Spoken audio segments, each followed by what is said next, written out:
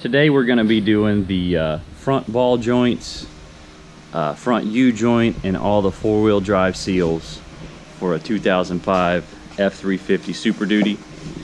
Tools that you'll need that you probably don't have is you will need this Ford seal setter tool. You won't be able to do it without it. You probably don't have an 1 5/16" wrench. You'll need that. An 1 5/16" socket is nice too, aside from all the normal tools. You'll also need some opposing snap ring pliers. Are pretty nasty snap ring in there. If you can get one with longer handles, that'll be better. Some Allens, breaker bar, because you can't quite get the impact gun everywhere. You'll definitely need an impact gun, and it's a little. You will also need the ball joint press, the adapters, and it also helps to have a compressor that can supply enough air to the air impact, because you're going to need some serious power to run that ball joint press by removing the wheel.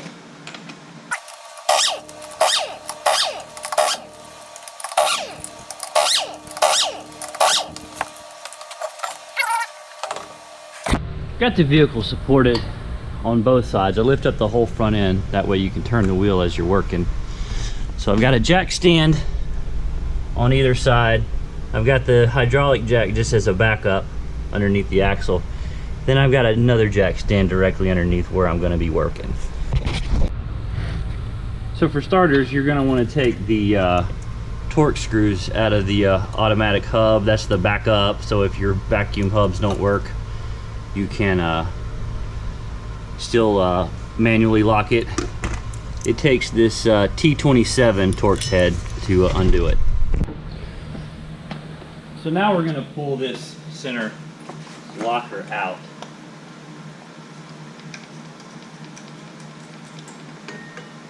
Came out pretty easily. Looks pretty nice here. And if you get the Ford seals, they will give you new screws with Loctite already on them.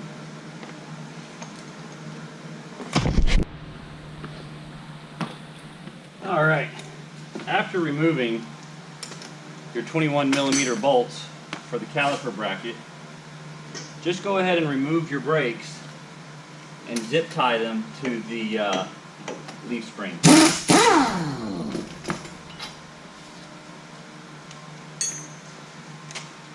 You can also put a piece of cardboard in between the brake pads to keep your pads from falling out. Now we are going to zip tie, and just watch your hose here so that you don't mess it up too much.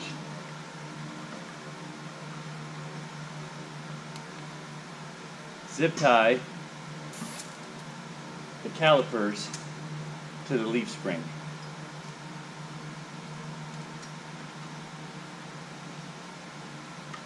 It helps to have one person hold the calipers and someone else zip tie. It's kind of hard to see, but there is one heck of a snap ring. There it is. One heck of a snap ring in there. That is thick and it is far back. These are the snap ring pliers I've got, but if you can get some ones with longer handles, you'll be way better off. Y'all, that snap ring in there is no joke. Look what it already did to the snap ring pliers. I gotta go get a better plier. That thing is a beast.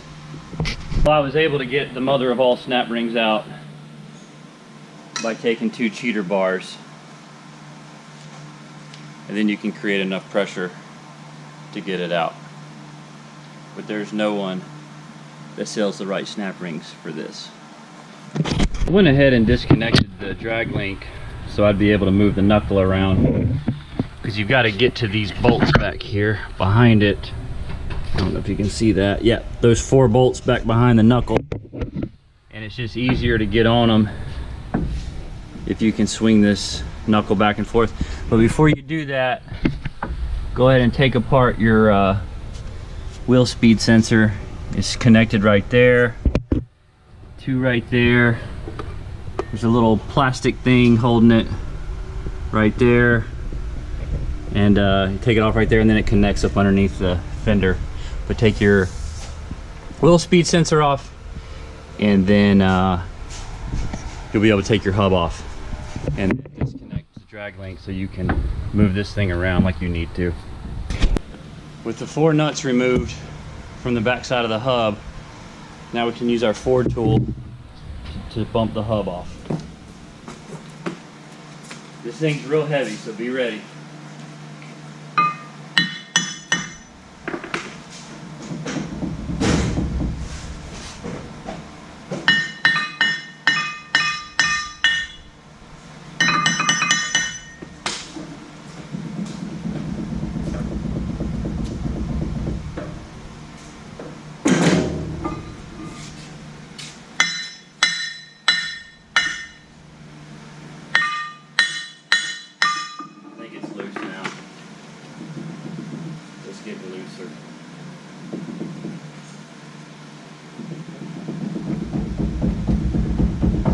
There it goes.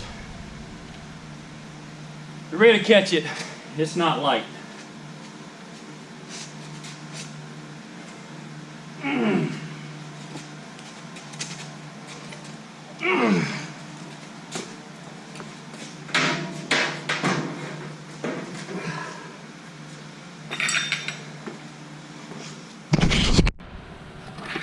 So it's kind of hard to see, but you use a pry bar in the U-joint to push this seal out, and it can be underneath there with quite a bit of force.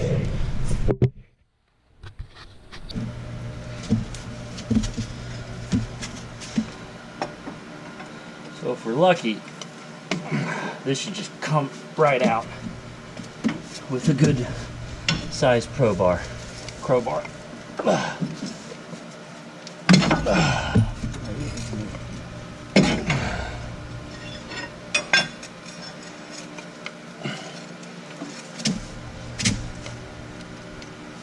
Alrighty, so then just kind of guide it out so you don't mess up your spline.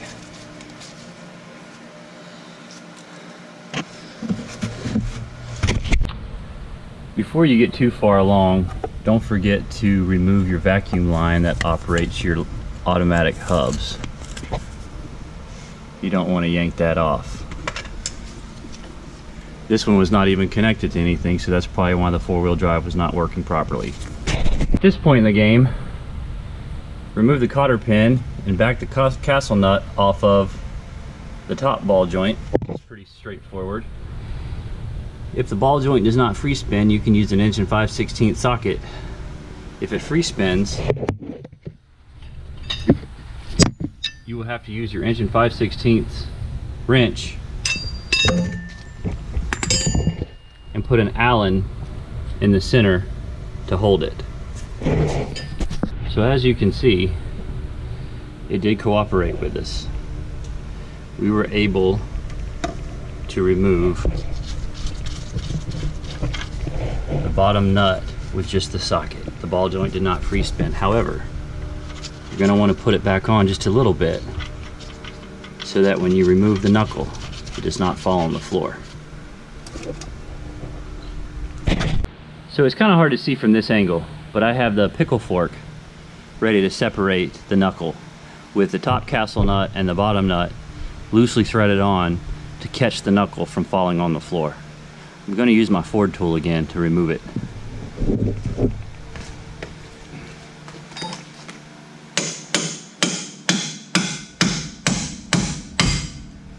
It's removed.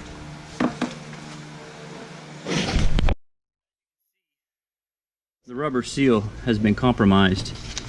There was rubber hanging out of it. You should not be able to do that with your ball joint. That will cause your tires to wear prematurely and affect the handling of the vehicle. As you can see,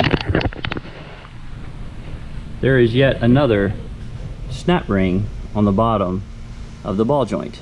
You must remove it to drive it forward in the knuckle.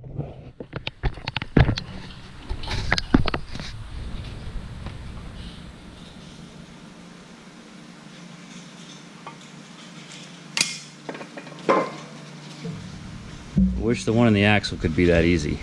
The combination I came up with, you have several pieces to choose from. This is a catch cup with a cutaway section, so I can actually see the ball joint as it comes out.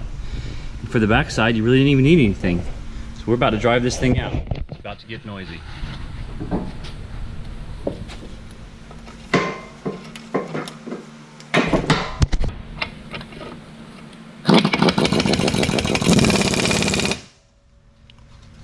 And you just want to feed this little knuckle.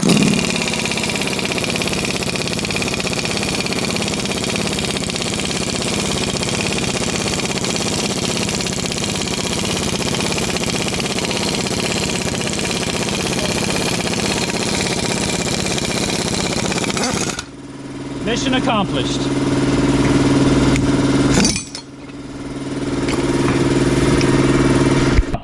Ball joint. I got this rag here to do my best to not mess up the mating surface that's inside here, because you have to go through the bottom hole to get the top one out. But here we go. Enjoy as we drive out the top joint.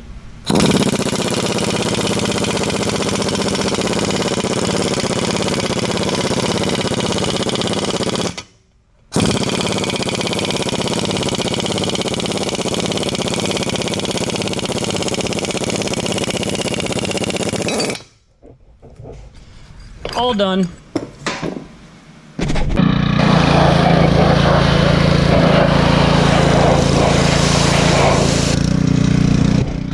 I'm just gonna kind of clean out, well, it's complete darkness. I'm just gonna kind of clean out here. You can see down there where the air locker hole comes through to lock the hubs. Kind of see if there's anything blocking it.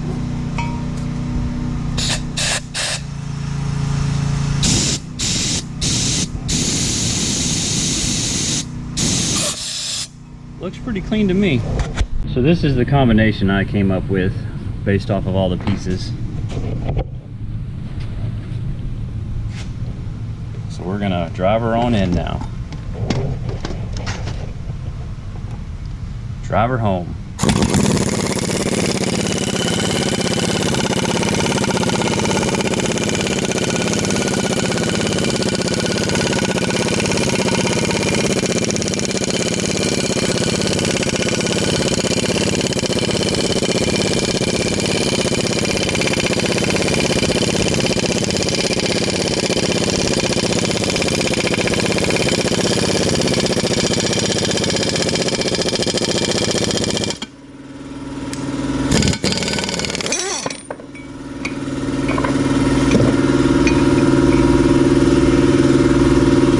Joint complete.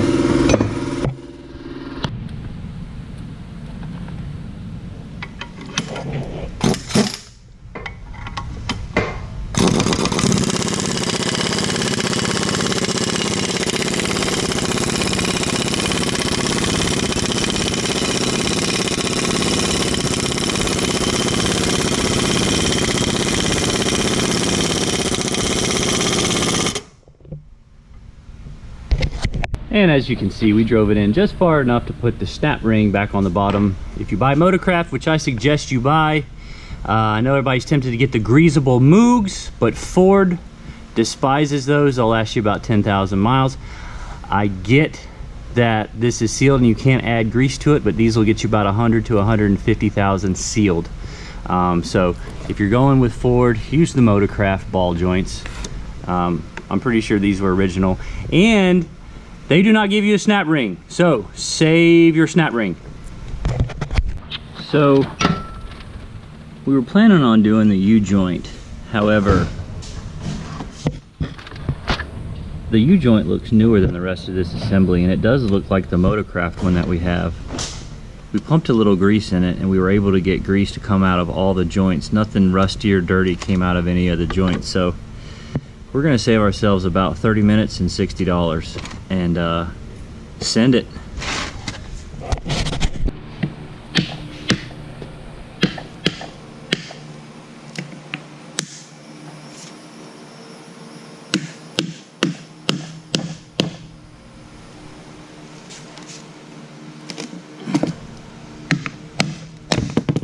Seal is off.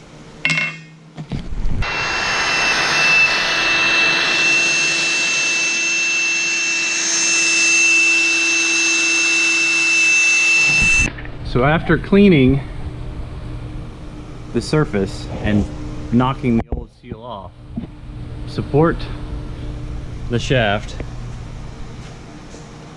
and use the shaft tool, the seal tool, to place it on.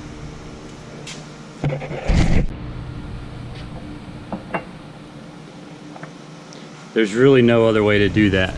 Without this tool, you're not going to get it on straight. Anyway, support it on something. We happen to have a forklift, so support it on something that can hold it and let the rest of it hang down, or if you have a vise, but something solid, because you're going to have to use the big Ford tool on this one. Big Ford tool, big hammer. Line everything up and hit. Almost. Straighten it up. It's down. It's on. This here appears to be an upgraded part. Looks like a better axle tube seal than what came with the truck. The previous one goes down in the back and it allows dirt to get inside of the axle tube. This is the shorter side, but the longer side really had a lot in there. So this seal fits right here, and you just I drive it in with a 2-inch pipe, and that keeps the inside of the axle tube a lot cleaner. This is an updated piece. It did not come with the truck, but when I told the Ford dealer that I needed everything to do this job, he included one of these. Not bad.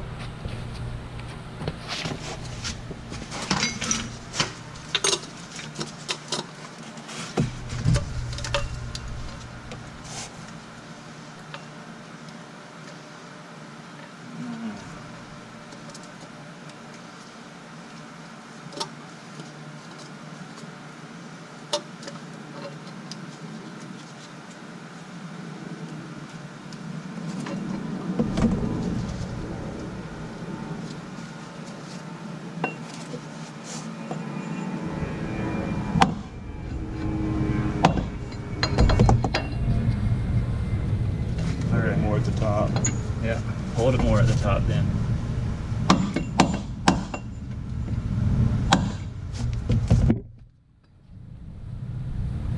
Yeah, looks pretty good.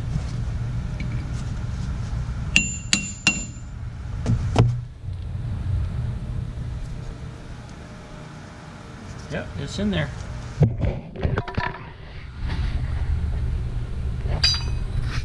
It is time to reinstall the knuckle into the axle.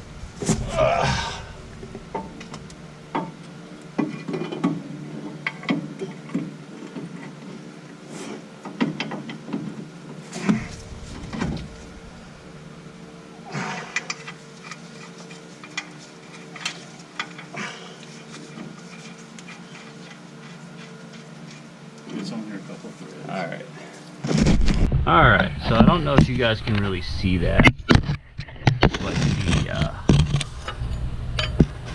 the ball joint is spinning inside itself. So what we've got to do is we've got to hold it in the center with this Allen while we turn it from the outside with the close-ended wrench.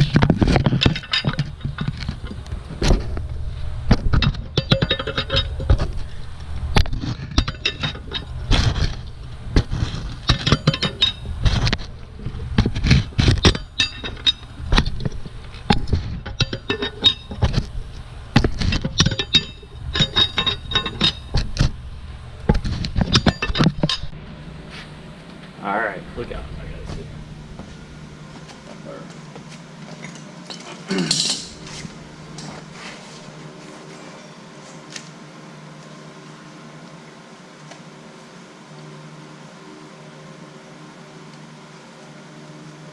Got it.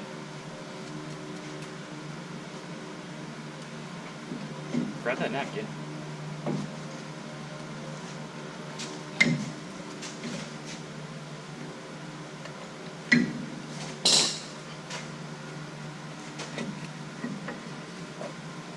we're in the diff. Oh yeah, we're in the diff.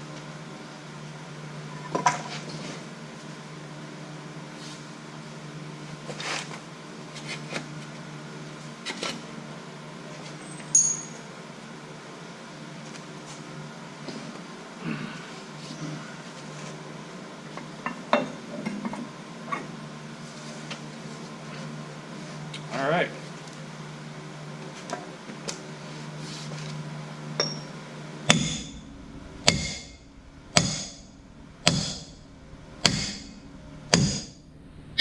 All right.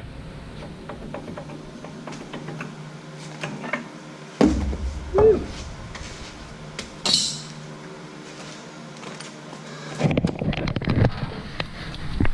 Oil seal installed.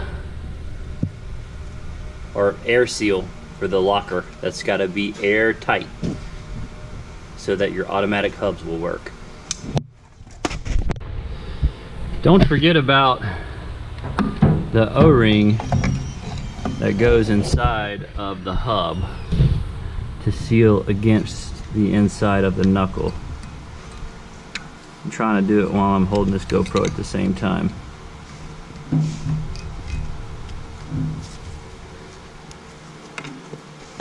A new one comes in the kit. Time to reinstall the hub. Make sure you do it with your wheel speed sensor facing up. This is a very heavy item, and it seems to be very delicate as well.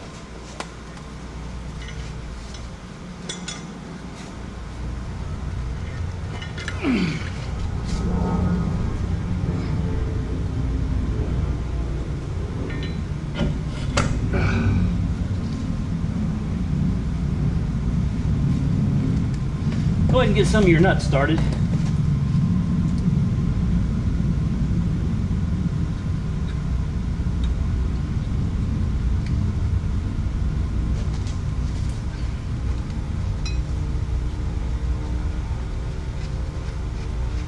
And then I'm going to redisconnect the steering to give me better access.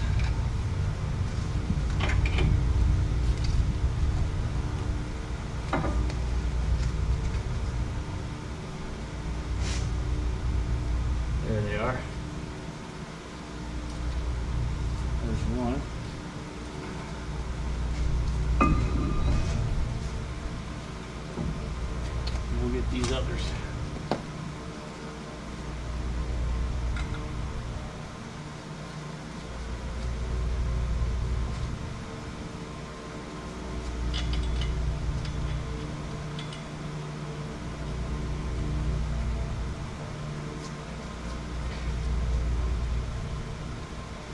Now that that's in, I will show you up close.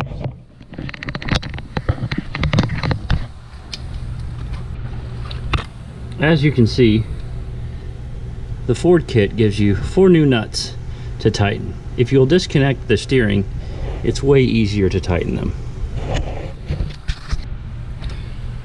Reroute your wheel speed sensor. Now, these bolts have a long shank on them. They're actually made to wiggle, because you kind of want that as you're going down the road. Now it's time to reinstall the brakes.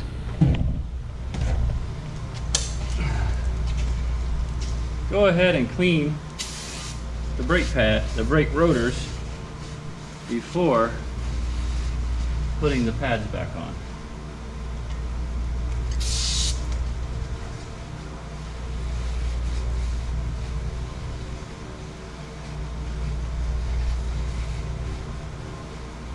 Man.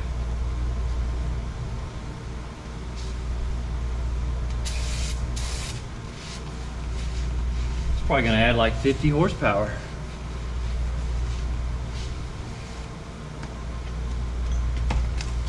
Have your bolts ready. And something to cut the zip ties with.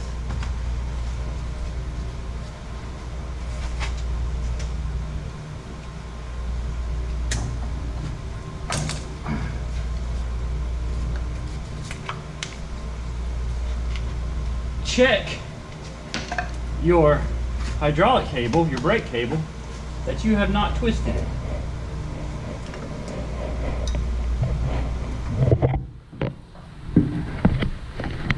Just massage the brakes and they will eventually go on, because they are the same ones that you took off.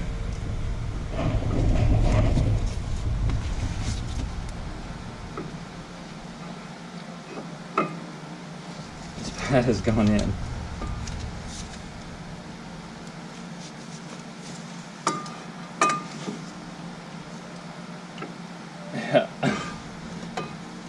During the time that we've been working on this, the pads have somehow come together. So we're gonna have to depress the caliper to get it back on the rotor. So that little step turned into a little miniature brake job. My caliper compressed while we were doing the job, so I wasn't able to put it all back on as one unit. I ended up having to take it apart and put the pads in as if I was doing a brake job. So here we go. All right, so now the moment we've all been waiting for, time to put the wheel back on. I don't know if you noticed earlier in the video, I noticed that my vacuum line wasn't connected to anything. Just in case you're curious, I found the other end of it. I've just got to go get a little piece. But here is the other end of my vacuum line. Right there. So all I got to do is get a little barbed fitting put on there. And hopefully if the other end of that is connected to something, I will have auto locking hubs again.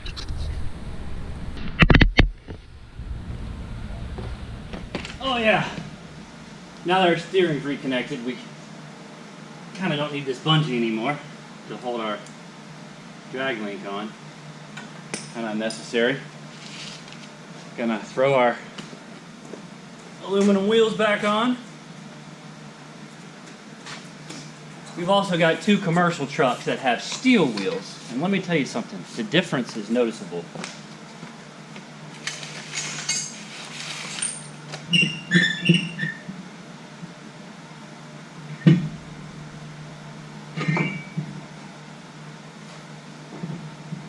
Alrighty.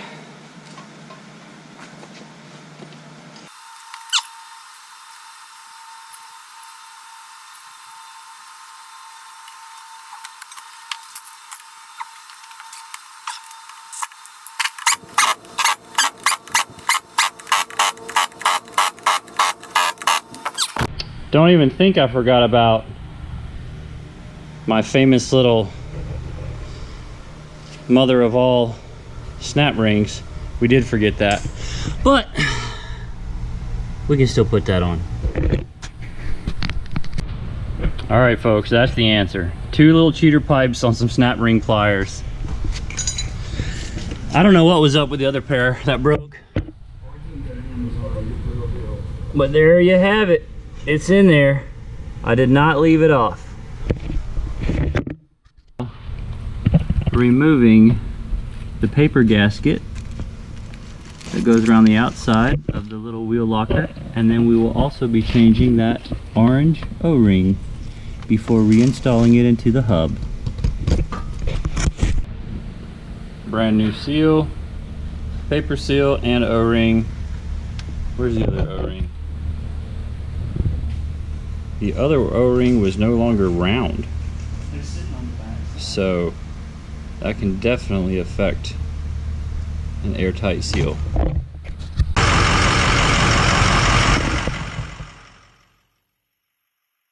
Thanks for watching!